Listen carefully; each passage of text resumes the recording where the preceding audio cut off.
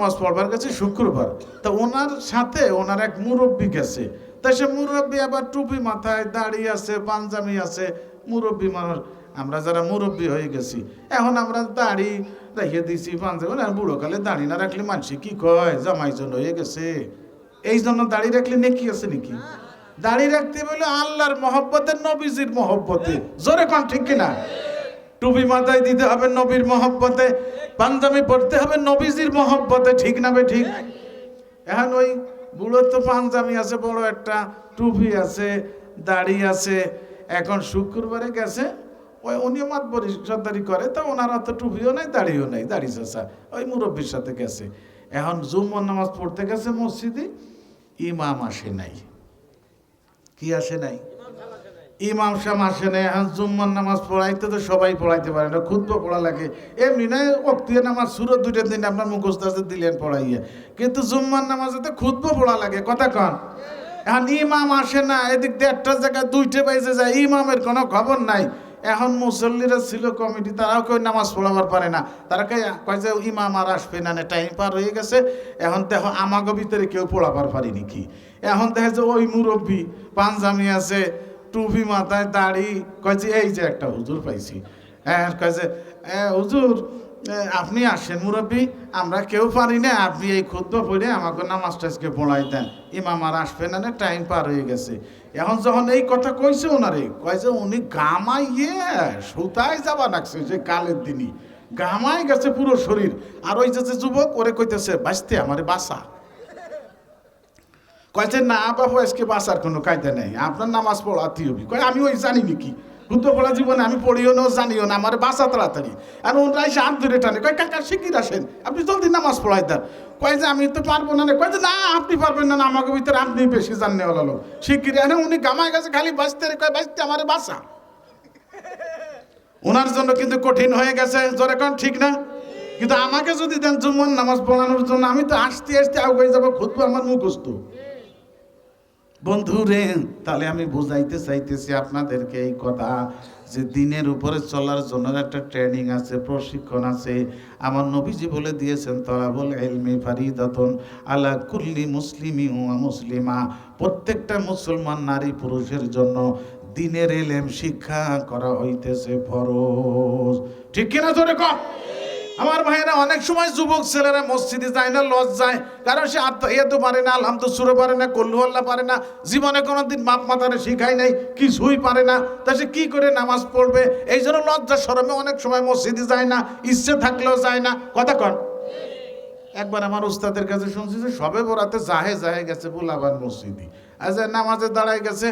এখন তো ও তো নামাজের কিছুই জানে না, ওই সবাই রুকু দেয়, ও রুকু দেয়, সবাই ওঠে, ও ওঠে, সিজদা দেয় সবাই, ও ওই সাথে দেয়।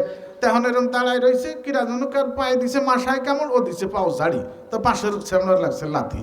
ও মনে হচ্ছে কিরে আমার লাথি দিল, নামাজের মধ্যে লাইতে লিতে আছে নাকি, আমি তো জানি টানি না। ওর পাশে আবার যে ছিল তারে চলাৎ করে লাথি একটা মারি দিছে। ও তো কয় কিরে শয়তানি হরিস মসজিদের বাইরে যে সেটা মানলাম, এখন নামাজে এসে শয়তানি দাঁড়া, নামাজ শেষ হইল। ইমাম সাহেব যখন সালাম ফিরে এসে খপ করে কলার ধরছে, কয় দিকে বাইরিয়া তোর আজকে ঘুষ হইয়া আজকে আদা মারা হবো, আমার লাথি দিলি নামাজের ভিতরে। কয় ভাই মাফ কর আমারে, আমি জানি টানি না ওই নামাজের যে কি মশলা, আমি ও কিছুই পারিও না, শিখিও নাই, জানিও না। তার নামাজ আজকে আইসি বন্ধুগণ, তালে পড়ে আইসি নামাজ পড়বার, তা আমার সাইডের এক লোক আমার এবার এরকম লাথি একটা মারছে। তো চিন্তা করলাম যে মনে হয় নামাজের মধ্যে লাইতি লাথি আছে, তো তুমি আমার পাশে যেন তোমার চড়াত করে মেরে দিছি একটা। কথা কন না কে ভাই?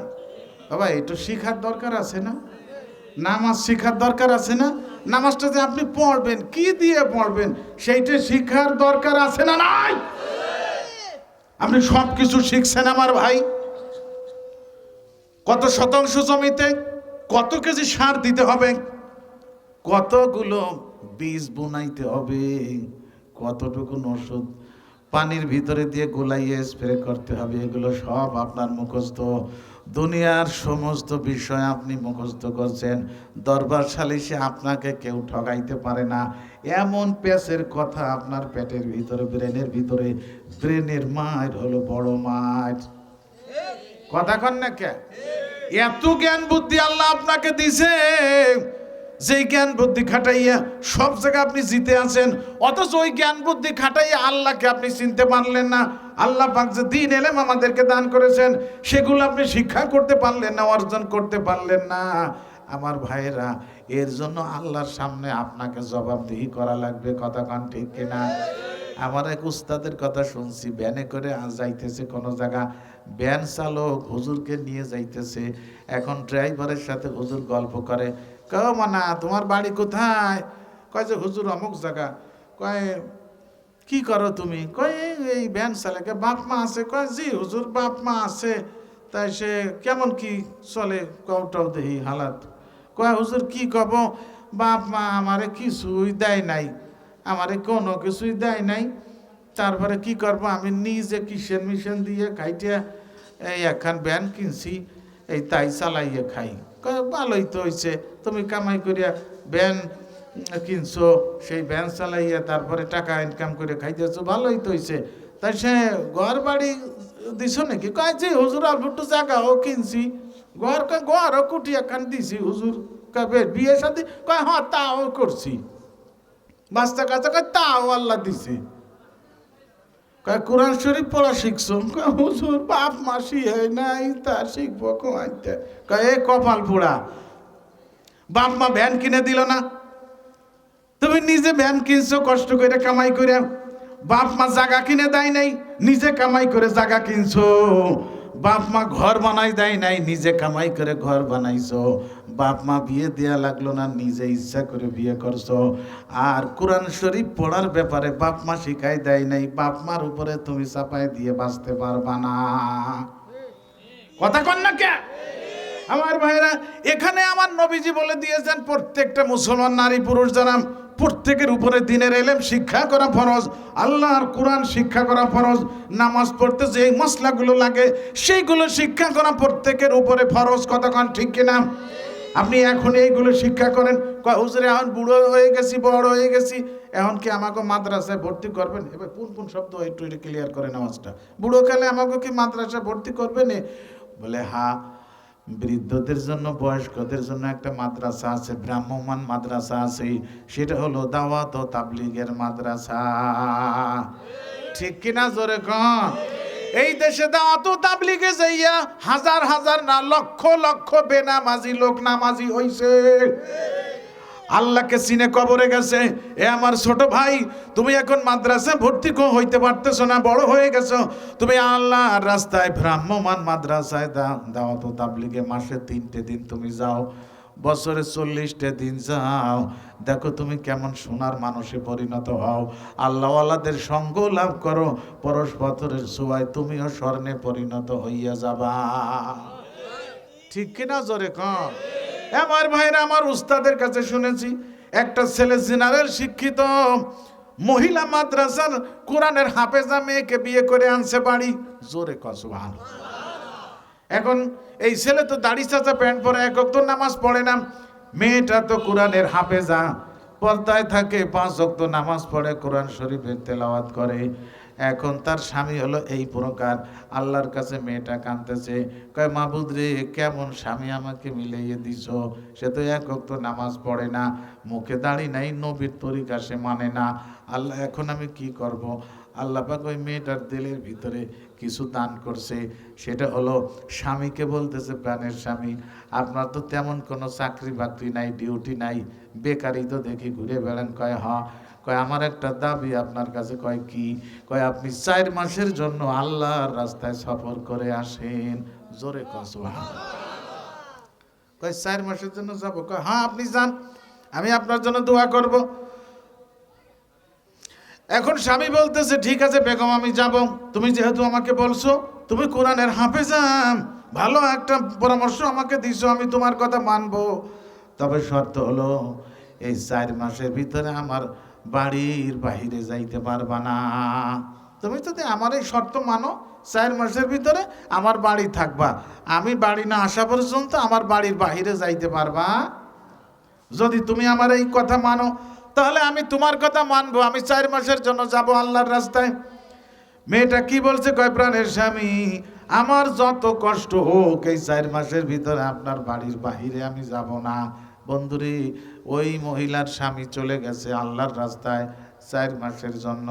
মেয়েটা স্বামীর বাড়ি থাকতেছে।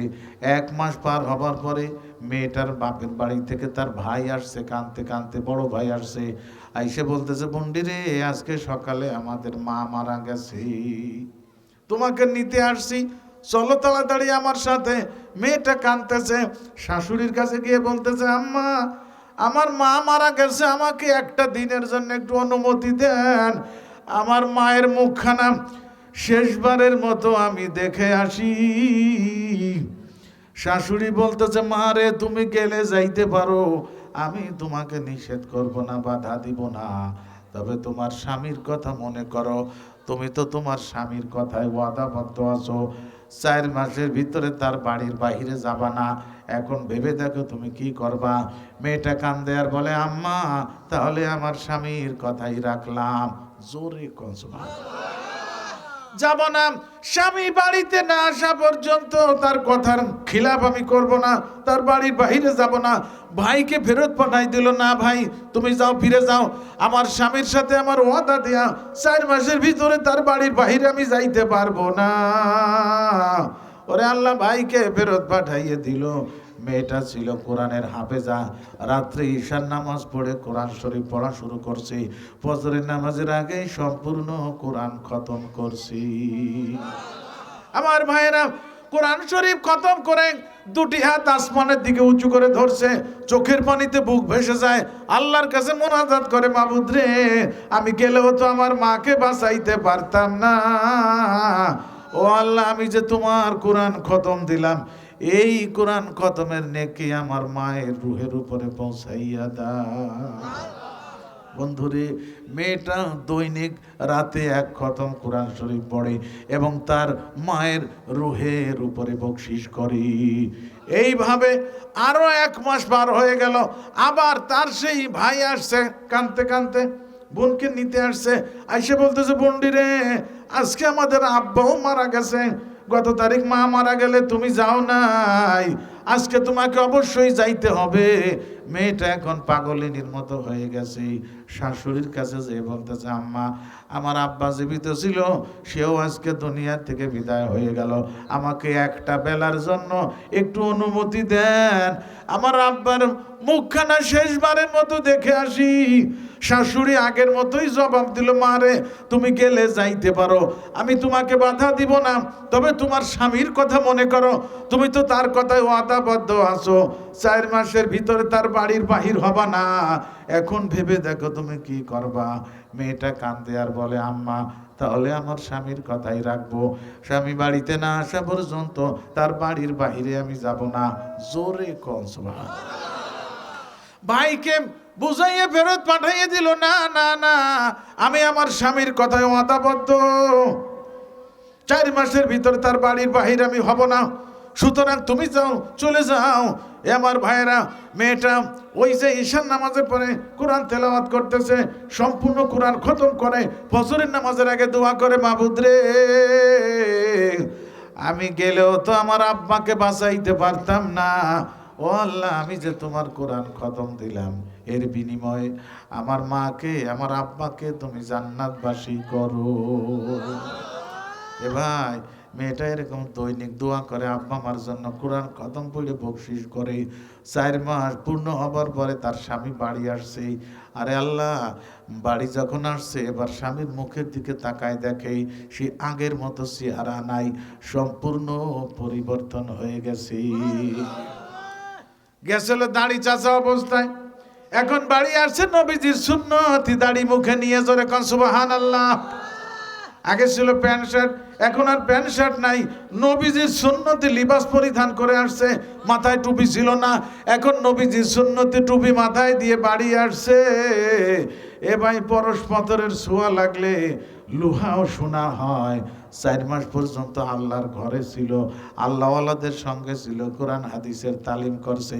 বন্ধুরে, এখন সে সম্পূর্ণ দিনদার পরেজগার আল্লাহওয়ালা হয়ে গেছে। ঠিক কিনা জোরে কর। এ আমার ভাইয়েরা, আল্লাহু আকবার। এইবার স্বামীর মুখের দিকে তাকাই স্ত্রীর কলিজা ঠান্ডা হয়ে গেছে। আহারে, আমার স্বামী এখন আল্লাহ আল্লাহ হয়ে বাড়ি আসছে। এইবার স্বামীর হাত ধরে বলতেছে, প্রাণের স্বামী, আপনার কথা আমি অক্ষরে অক্ষরে পালন করছি। এই 4 মাসের ভিতরে আপনার বাড়ির বাহির আমি হই নাই। আরে আমার আব্বা মারা গেছে, মা মারা গেছে, আমার ভাই আসছিল নেয়ার জন্য, আপনার সাথে ওয়াদা দিয়া, সেই জন্য আমার বাপ মাকে পর্যন্ত দেখতে যাই নাই।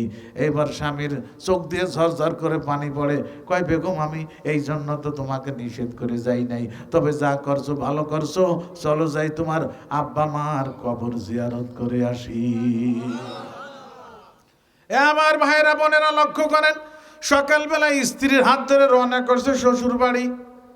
শ্বশুর শাশুড়ির কবর জিয়ারত করবার জন্য বাহির হয়েছে, স্ত্রীকে নিয়ে চলে গেছে শ্বশুর বাড়ি। আরে আল্লাহ, ফজরের নামাজ পড়তে গেছে মসজিদে, শ্বশুর বাড়ির এলাকার মসজিদে গেছে ফজরের নামাজ পড়ার জন্য। ফজরের নামাজ পড়ে গোরস্থানে যাবে, মসজিদে ফজরের নামাজ পড়ে বাড়ি আসছে, গোরস্থানে যাবে। এর মধ্যে দেখে মসজিদের সমস্ত মুসল্লিরা দলে দলে ওই ছেলের সাথে তার শ্বশুর বাড়ি এসে হাজির। এই ছেলেটা বলতেছে, কি ব্যাপার, আপনারা কি জন্য এত ভোরে এই বাড়িতে আসলেন? কয়, বাবা রে, আমরা প্রত্যেকে আজ রাতে একটা স্বপ্ন দেখছি, সবাই একই স্বপ্ন দেখছি, সেই স্বপ্নের কথাটা তোমাদের কাছে বলার জন্য এত ভোরে এই বাড়ি আসছি। কয়, কি স্বপ্ন? কয়, স্বপ্ন দেখেছি তোমার স্ত্রী ওই মেয়েটা আল্লাহর কোরআন খতম দিছে বারবার, কোরআন খতম দিয়ে নেকি বকশিস করছে মেয়েটার বাপ মার জন্য।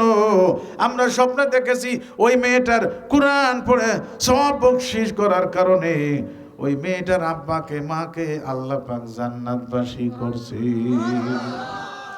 এ আমার ভাইজান, তাহলে অনুমান করেন আল্লাহওয়ালাদের সঙ্গ লাভ করবার কারণে মানুষ কিভাবে আল্লাহওয়ালা হয়। এই যে আপনাদের এই মুকশেদপুরে, পুরন মুকশেদপুরে একটা লোক আছে, আমার খুব ভক্ত, আমার ওয়াজ খুব পছন্দ করে, আমাকে খুব মহব্বত করে। আমি যেই মাহফিলে যাই এলাকায়, সে সেখানে যে হাজির হয়। ওনার আব্বার কথা একদিন আমাকে বলতেছে, হুজুর, আমার আব্বা 1 ওয়াক্ত নামাজ পড়ে না, ছেলেটা 5 ওয়াক্ত নামাজ পড়ে, বাপে খালি চার দোকানে যে গেজায় বেড়ায়। কি এখন এই যে শুরু হয়েছে না, এই যে ভুটাভুটি আইছে, দেই হেনানে চার দোকানে আমাকে কি পরিমাণ আড্ডা। বাজার কি ভালো জায়গা নাকি? সবচেয়ে নিকৃষ্ট জায়গা হলো বাজার, জোরে কোন ঠিক কিনা? আর শ্রেষ্ঠ জায়গা কোনটা? মসজিদ। দেখেন, শ্রেষ্ঠ জায়গার লোকের অভাব, ঠিক না? আর নিকৃষ্ট জায়গার লোকের অভাব নাই। তবে হ্যাঁ, আপনি বাজারে যাবেন, আপনার প্রয়োজনে বাজারে যাবেন, এটা কোনো গুনাহ নাই, কিন্তু বিনা প্রয়োজনে নিকৃষ্ট জায়গা যাওয়া এইটা গুনাহের কাজ। কথা কোন ঠিক কিনা? আপনার কিনা বেচা আছে, বাজারে গেছেন, এটা ভালো, এটা গুনাহের কোনো কাজ না। কিন্তু সন্ধ্যার পরে টর্চ লাইট নিয়ে বাইরে এসে ফাও গল্প করবে, বুটা বুটির গল্প করবে, চা খাবে, ভাজা খাবে, বিস্কুট খাবে, এই উদ্দেশ্যে গেছে বাজারে। দুনিয়ার কোনো কাম নাই, আছে না নাই জোরে কর? ওই লোকের অবস্থা ঠিক তাই। চার দোকানে যে টেলিভিশন দেখতে বলে একটা, সেই জায়গায় হইরে বুড়ো এক গাল দাঁড়িয়ে নিয়ে হইরে টেলিভিশনের দিক চাই রয়েছে, আছে না নাই? আমি একবার সেই ওয়াজ করবার যাই তামার হাজি বাজার আমাদের এলাকায়, ওই দিক দিয়ে যাওয়ার সময় যুবকরা আমার দেখে ওই যেমন হুজুর যায়, হুজুর হুজুর খাড়ান খাড়ান। কি আবার কি হলো, খারাপ ওকে? কয়, হুজুর একটা চা খাইয়ে যান, আপনারে পাই নে, মেহমানদারি করবার পারি না, একটা চা খেয়ে যান। 3টে 4টে যুবক ছিল আমার দর্শক, এগুলো তো যা অনেক চা খাই, গাড়ি থামাই